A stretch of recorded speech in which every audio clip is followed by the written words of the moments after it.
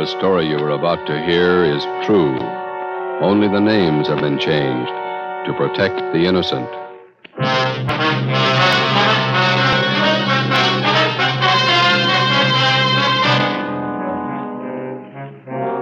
You're a detective sergeant. You're assigned to accident investigation, felony detail.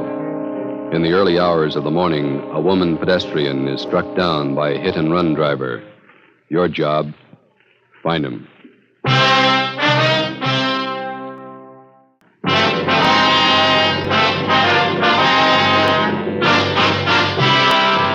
Dragnet, the documented drama of an actual crime.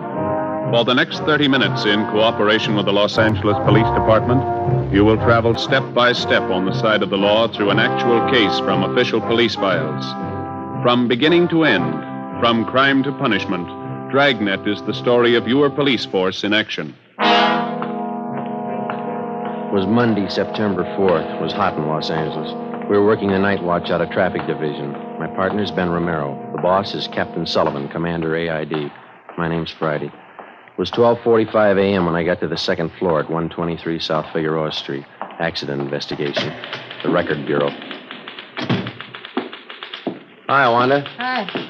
Sergeant Romero come back with you? I got a phone message for him. Oh, he's over at Georgia Street. He'll be back in a couple of minutes. You got time to take a 15-7? Sure. I got some additional information on a hit-and-run felony. All right. Pretty warm up here, isn't it? Mm-hmm. Coffee over there if you want it. No, thanks.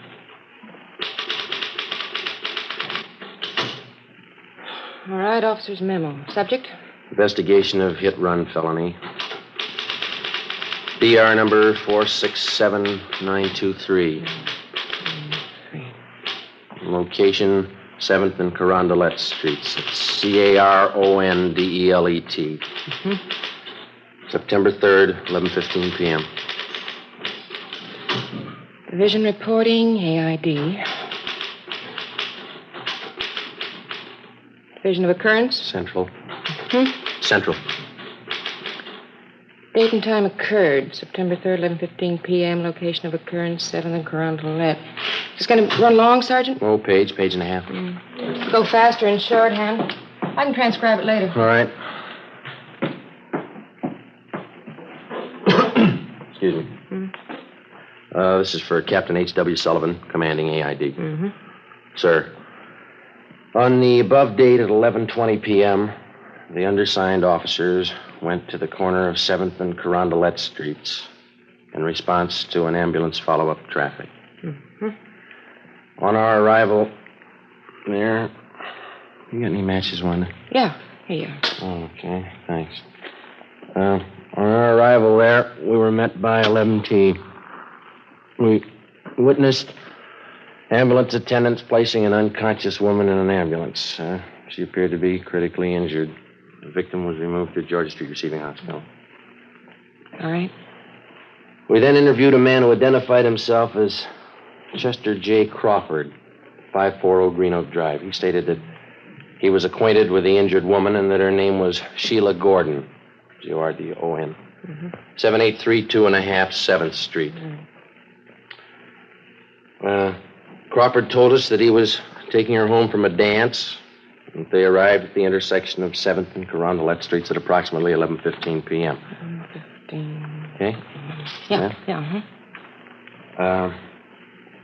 Crawford further stated that while he and Sheila Gordon attempted to cross the intersection, an automobile headed west on 7th Street went through the red traffic light. Right. Did you read that last part, Mac? Attempted to cross the intersection. An automobile headed west on 7th Street went through the red traffic light. Okay. Crawford told us that he jumped out of the path of the car and tried to pull Miss Gordon with him. He said that the car struck her down without slowing down, continued out 7th Street, and disappeared. Oh, wait a minute. Oh, I'm sorry. And disappeared. Okay. Crawford stated the hit-and-run car was either a Dodge or a Plymouth, but it could have been either last year's model or this year's. He described the car... Is too fast, boy? That's all right. He described the car as either light blue in color or bluish green. Said that he failed to get the entire license number, but that the last three numbers on the rear plate were either 804 or 304. 804 or 304. That's right. Okay. Fine. Crawford said he made an attempt to follow the hit-run car, but that he was unable to obtain transportation. He stated he then ran to a phone at the Corsev Bar and Grill. Spell that? What? Corsev. Oh, Corsev. That's at 7th and Carondelet, and called the police. And the undersigned officers then obtained Crawford's full name, address, phone number, and proceeded to question residents in the neighborhood. And were unable to locate any other witnesses besides Crawford. Okay. Hi. How'd you do? Oh, I saw her. That's about all. Doctor says we won't be able to talk to her for at least a couple of days, maybe not at all. What's your chances? 50-50 if she's heavy on luck. 3 broken ribs, brain concussion, internal injury. What'd Lee Jones have to say? Is that all the report, Sergeant? Oh, yeah, Wanda. We'll have the rest for you a little later. Thank you. Okay. I'll type this much up as soon as I can. Thanks. Sure. What'd Lee Jones have to say? Nothing. He and Fincher went over the area for an hour. No broken glass from headlights at the PI. No tire impressions worth anything. No physical evidence. Where does it leave us? With a half-dead girl and no suspects. What do you think, Joe? I don't know. It's a sour one. Any kickback on the teletype yet? No? That guy she was with, Crawford, not too much help. Looked a little nearsighted to me. We saw well enough to get out of the way of that car. You got the notes. How much to give us? Let me see. I got it here in the book. The car was either a Dodge or a Plymouth, late model. Color, either light blue or blue-green. The last 3 numbers on the license plate were 804 or 304. It's a big field to pick from. That's the only lead we own. You can call it that, yeah. Well, I guess we better talk to DMV, get the dope on all cars fitting that description that Crawford gave us. It's going to be a hard trip. At least 3,000 cars to track down. Probably closer to 4. What do we do for help? We can ask the captain in the morning. I'll get him. Racket Bureau, Romero. Yeah, we'll bring him right over. Yeah, bye. It's Lee Jones again. Yeah? Says he wants the clothes Sheila Gordon was wearing at the time of the accident. He figures when she got hit, her clothes must have left fabric marks on the front of the car. Well, it might work. There's only one trouble. What's that? You can paint off fabric marks. Well, it's a long list. Let's take it from the top. Yeah. Find the car.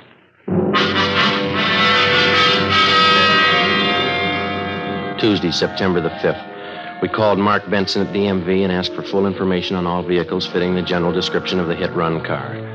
We went back and talked to the only witness to the hit-and-run, the victim's boyfriend, Chester Crawford. He could add nothing to what he had already told us.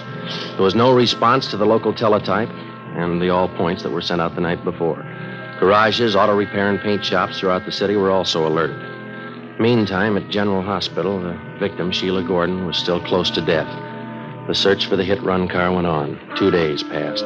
Thursday, September 7th. The information we requested from DMV was being checked out and compiled. Ben and I met with Captain Sullivan. That's the last of them, Skipper. All the cars in this area that fit the general description of the one we're after. You just get it? Yeah. How many cars did they list? 4,620. Even more than you expected, eh? Yeah. No chance at all of narrowing it down? None that we can see, no. Terrific order. Well, we tried to figure it from every angle. Now we can do it 2 ways. Yeah? We keep the alert on for the hit-run car around the divisions, all the garages in town, the auto repair shops. In other words, we can wait it out. Maybe we'll get the guy, maybe not. Yeah? Or we can check out every one of the cars on this list and the registered owners. Well, the first way isn't going to do the job. We know that. 4,600 cars. How much help will you need? About 30, 40 men. How long? A couple of weeks, maybe more. All right. I think I can get them from Metro Division. When do you want to start? First thing tomorrow. Okay, I'll set it up. All right, Skipper. Thank you. Excuse me, Joe. There's a lady out here to see you. Okay, thanks. We'll check you in the morning, Skipper. Right. That's her over there. Thank you. My name's Friday, ma'am. This is Sergeant Romero. How do you do? I'm Dora Lytell, Sergeant. I'm Sheila Gordon's landlady, the girl in the accident. Yes, ma'am. Well, Mr. Crawford, he was with Sheila that night. He told me about you, and he said he thought you might be able to help. How do you mean? Well, it's a long story. You see, when Sheila Gordon first came to live at my rooming house, she was a good girl like the rest. Lately, well, her being sick now and all, I don't like to say it. Yeah? Well, frankly, last few months before the accident, Sheila just went bad completely. I don't think I follow you, ma'am. Oh, you know, carousing, all kinds of men, visitors, had a different man in her apartment every night. Well, we're investigating a hit-run case, ma'am. Sheila gets out of the hospital. Hate to talk about her when she's sick like this, but when she's all right, I don't want her back in my rooming house. I'm afraid that's none of our business either, ma'am. But if you could talk to Sheila, persuade her to move from my house, I don't want any wrangle with the rental board again. Couldn't you talk to her? I'm sorry, there's nothing we can do, ma'am. You better talk to her yourself. It'll just be another row like the last time. Shameless woman. I don't want Sheila Gordon back in my house. I'll go to that hospital myself and tell her. She's a pretty sick girl. It's not my fault. Go right over to that hospital and tell her what I think of her. She's hurt pretty bad. So am I. She's hurt me. What's the difference? You haven't been run over by a car.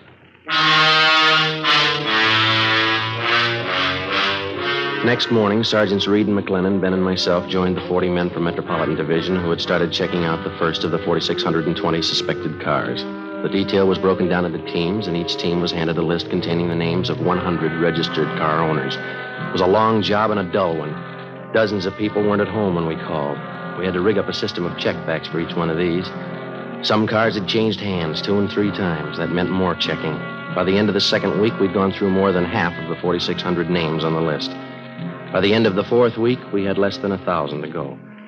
At the General Hospital, the victim, Sheila Gordon, was pronounced out of danger and recovering. We questioned her, but all she could tell us was that she thought the hit-and-run car was a dark color. The search went on. Monday, October 6th, Ben and I spent a 10-hour day checking a list of car owners south of town. It was 6:35 p.m. when we got back to the office.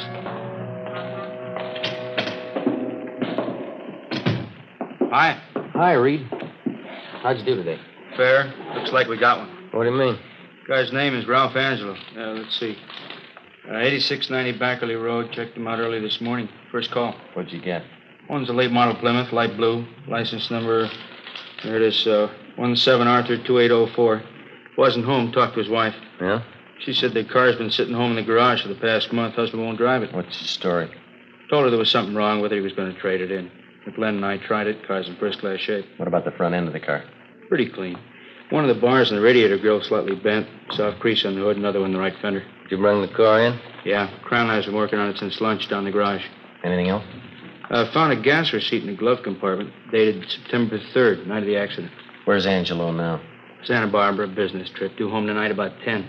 McLennan and I'll pick him up then. See what he's got to say. That sounds good. How many possibilities does that make, Joe? Well, let me see. Out of 3,700 we've checked, about 4 good ones. I'll get that. Accident investigation, Friday. Hi, Joe. This is Lee Jones. Yeah, Lee. Just finished checking the Plymouth Reed and McLennan brought in. Did you find anything? Fabric prints on front bumper on the hood. No? Indentation of soft object on hood and right front fender. Something else on that fender. What's that? Set of lip impressions. What's it mean? We found the car. Only one job left. Yeah? Find the driver.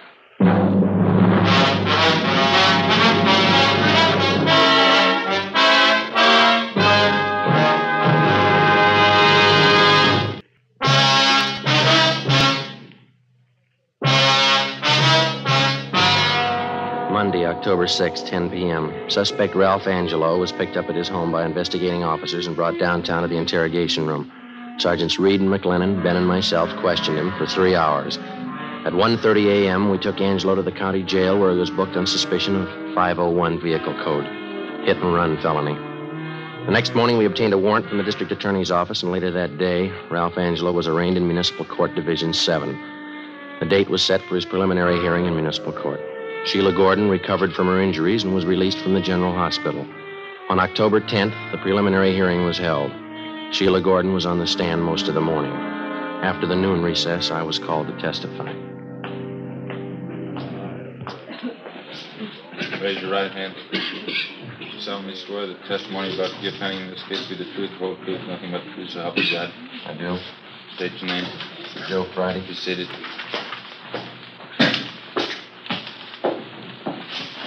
State your name, please. Joe Friday, Your address. 4656 Collis Avenue. Your occupation. I'm a police officer in and for the city of Los Angeles.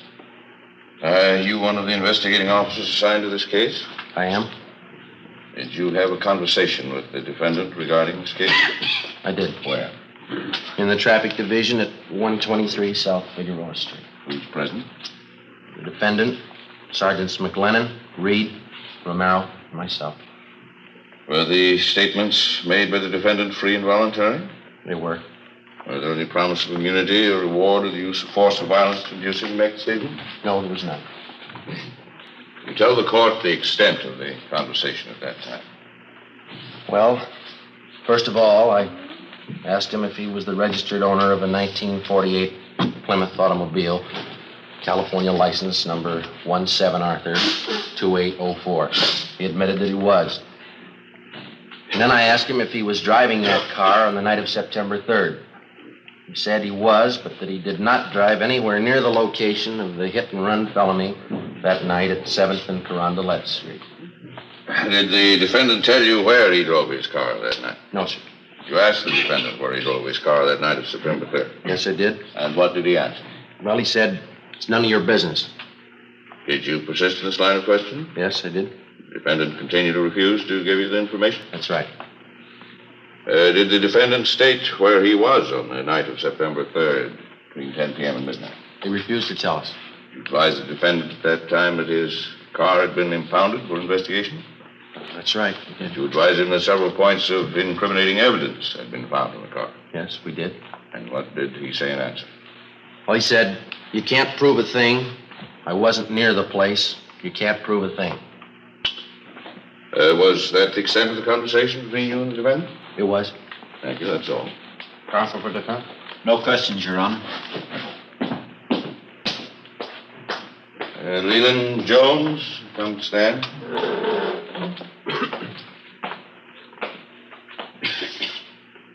Raise your right hand.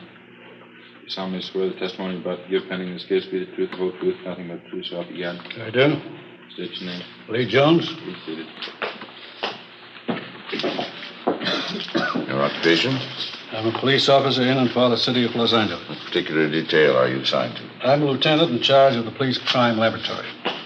Well, counsel for defense stipulate the witness is a qualified forensic chemist? So stipulated. Mr. Jones, you are the commander in charge of the police department's scientific investigation division, is that correct? Yes, yes. Jones, I will show you a photograph of an automobile. California license number 1782804 to be marked People's Exhibit C. Have you ever seen this car before? I have. Where and when did you see it, please? I saw it at the traffic division garage, 123 South Figueroa Street, Monday, October 6th this year. Did you make an examination of this car at that time? I did. What did the examination consist of? And what were your findings? I made a systematic examination of the car using oblique lighting from a 500-watt photo flood lamp and a bell-type reflector. I found the following evidence. On the front bumper of the car, I found fabric marks consisting of 51 threads to the inch. I then took a perpendicular photograph of those marks with a copy camera. Here is a photograph of that portion of the bumper containing those marks. Now, I wish this photograph be marked People's Exhibit D for identification. Let it be so. You proceed, please, Mr. Jones. What else did you find in your examination of the defendant's car? I found fabric marks on the cowling of the car, extending back onto the hood. These marks were made by fabric having a weave of 38 ribs to the inch. I have here a photograph of those marks. Thank you. I'm going to ask this photograph to mark People's Exhibit E. So marked. What else did you find in your examination of the car, Mr. Jones? I also noted an indentation in the right portion of the car's hood. It had the appearance of having been made by a soft object enclosed in fabric striking the car. Would a human body struck by a car make such an indentation? Yes, it would.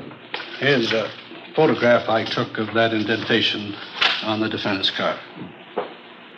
I'm going to ask this photograph to mark as People's Exhibit F. So marked. All right, continue, Mr. Jones. On the top of the right-hand fender of the car, I found a lip imprint in red lipstick.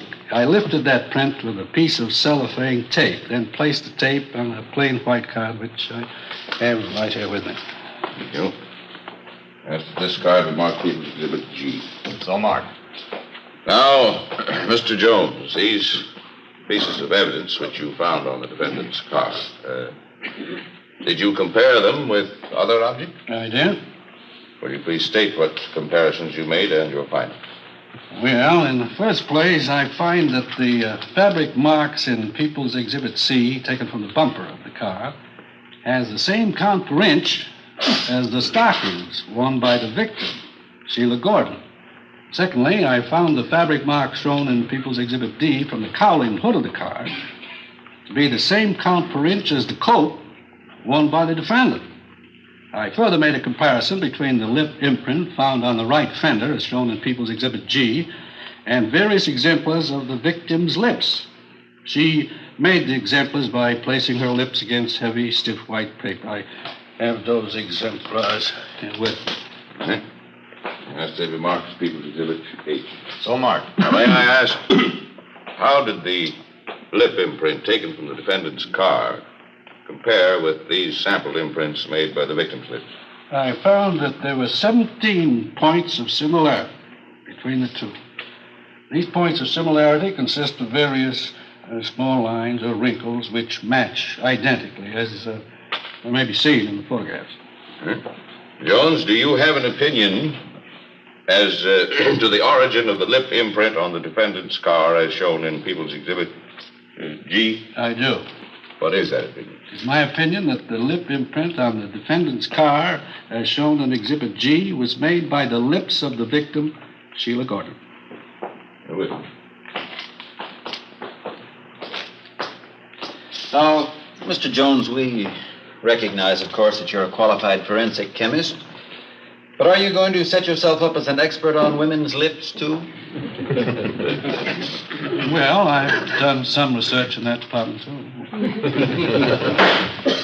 Mr. Jones, isn't it possible that any number of lip imprints made by different people would look exactly alike? No, it is not possible. There are no two things in the world exactly alike. There are no two sets of lip imprints alike. Well, anyone who's been around at all would know that. That's all, Mr. Jones. Thank you. The people's case, Your Honor. Counsel for the defense? We will not offer any defense at this time, Your Honor. It appears to me that a felony has been committed and reasonable cause to believe that the defendant committed it. The defendant will be held to answer in Superior Court.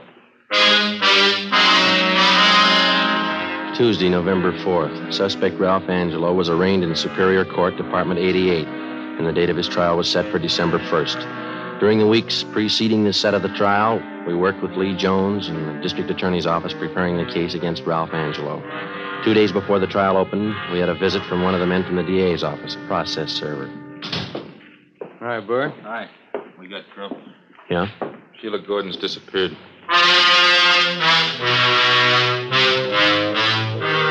Wednesday, December 1st, Ralph Angelo's trial opened and Sheila Gordon was called to the stand. She failed to appear. We checked her few known friends in the city. They couldn't help. She had disappeared from her new address and taken everything with her. A bench warrant was issued by Superior Court for Sheila Gordon. The deputy district attorney succeeded in having the court grant a delay in order to find the missing girl, in this case, the complaining witness.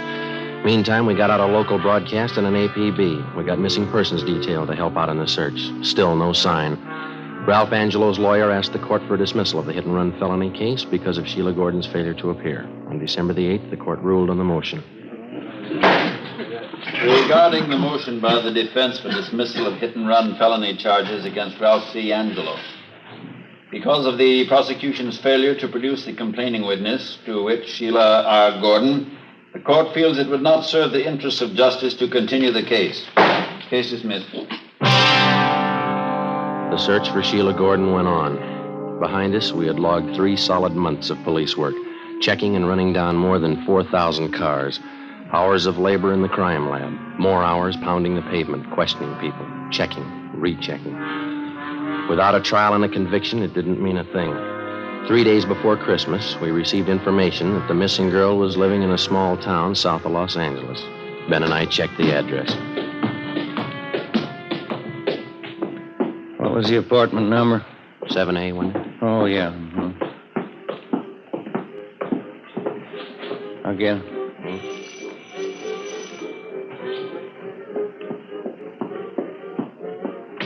Yeah?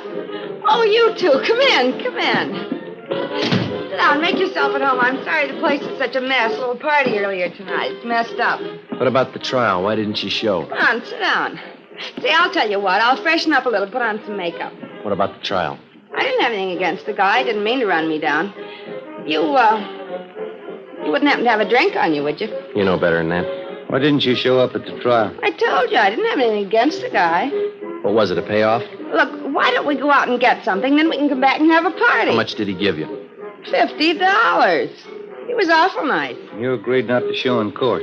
I didn't have anything against the guy, that's all. Better get your coat. Why? That's what the court wants to know. You're taking me in. Why? Is there any law against forgiving? Yeah, when you get paid for it.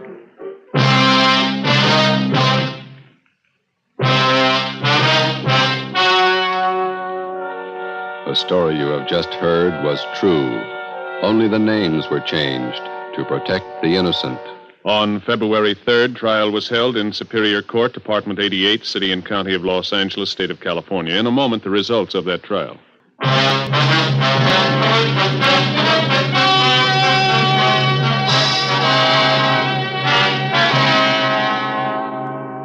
Sheila Gordon was returned to Los Angeles, and a new date was set for the trial of Ralph Angelo.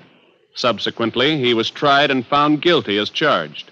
Angelo was also tried, along with Sheila Gordon, for compounding a felony. They were both convicted and received the sentence as prescribed by law. They are now serving their terms in the state penitentiary. You have just heard Dragnet, a series of authentic cases from official files. Technical advice for Dragnet comes from the Office of Chief of Police W.A. Wharton, Los Angeles Police Department.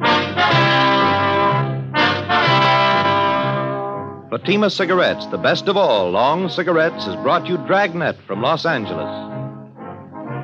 The Halls of Ivy is especially pleasant listening tomorrow on NBC.